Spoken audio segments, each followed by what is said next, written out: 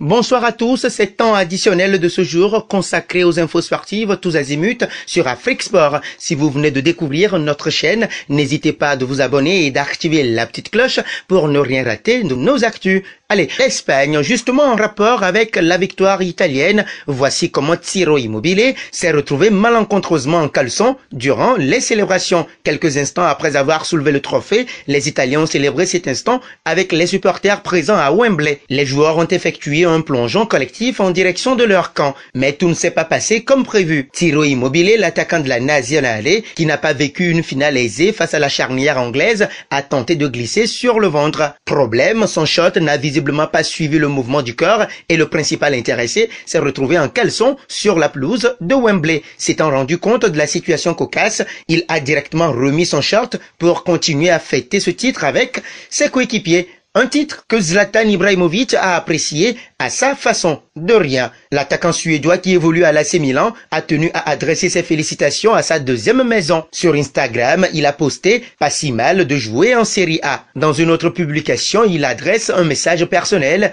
à Gianluigi Donnarumma, son équipier en club annoncé du côté du PSG. « Un an à mes côtés et tu as déjà tout compris. De rien ». A alors écrit Ibrahimovic, sacré Zlatan. Eh bien, cette finale n'aura pas laissé que de belles images. Il y en a eu de si mauvaises et déplorables. Des bagarres ont éclaté dans les couloirs de Wembley avec des supporters anglais sans billets qui ont forcé l'entrée du stade et qui ont jeté des pierres et des projectiles, insulté des supporters italiens et pour finir, un petit nombre de personnes a forcé des contrôles de sécurité et réussi à entrer dans le stade sans billets, selon la police londonienne et un porte-parole du stade. Attention à l'organisation de la Coupe du Monde 2030 du pays. Ce n'est pas tout, la victoire de la Squadra Azzurra a causé des nuisances dans certaines communes de Limbourg dimanche soir. Surtout à Genk et Maasmechelen, des supporters italiens exubérants se sont fait entendre avec entre autres des klaxons et des feux d'artifice. Au total, 10 personnes ont été interpellées. En tout cas, la police locale de l'Anaken Maasmechelen